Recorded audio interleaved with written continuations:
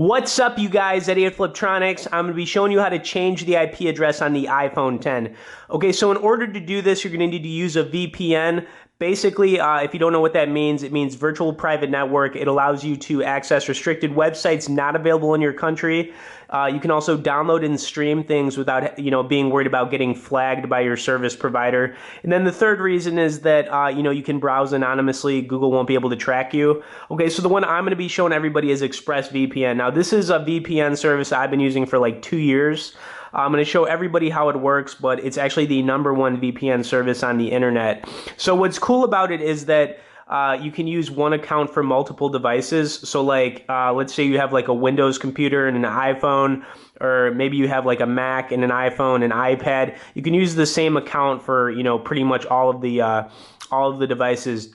Now, it's not free though. I pay like $8 or $9 a month for this service. It's something that I need though, mainly because, I'm constantly, downloading things I'm not supposed to be. So I like stream a lot of torrents and movies, from like the Pirate Bay, etc. So I mean, I need to be using something so I don't get those like flags that I'm, doing something illegal from like my service provider.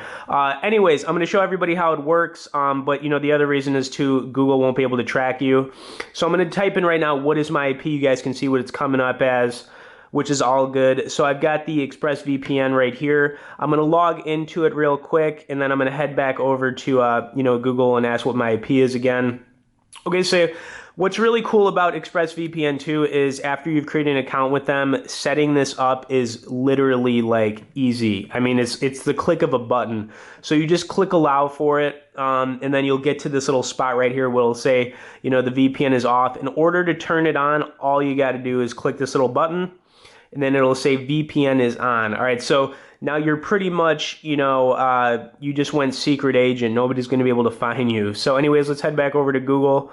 Let's, search for what is my IP, and you can see it just came up something completely different. So, like I said, you can also choose the location here for where you want to be, which is pretty cool.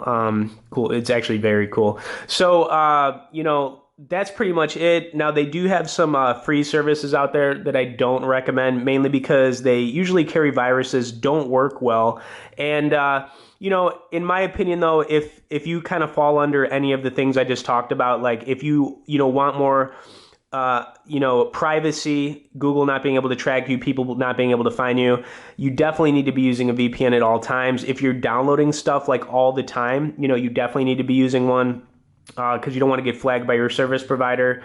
And then, of course, you can also access restricted websites not available in your country, which is like another huge reason. So anyways, I'll have a link in the description for ExpressVPN if y'all want to check them out. Like I said, I've been using them for probably like two years now, and I just look at it like, I'm paying my Netflix subscription. It's really not anything serious. If you could also hit the like and share button on this video, I'd definitely appreciate that. Anybody out there who is not subscribed, hit that subscribe, and we'll see you guys later.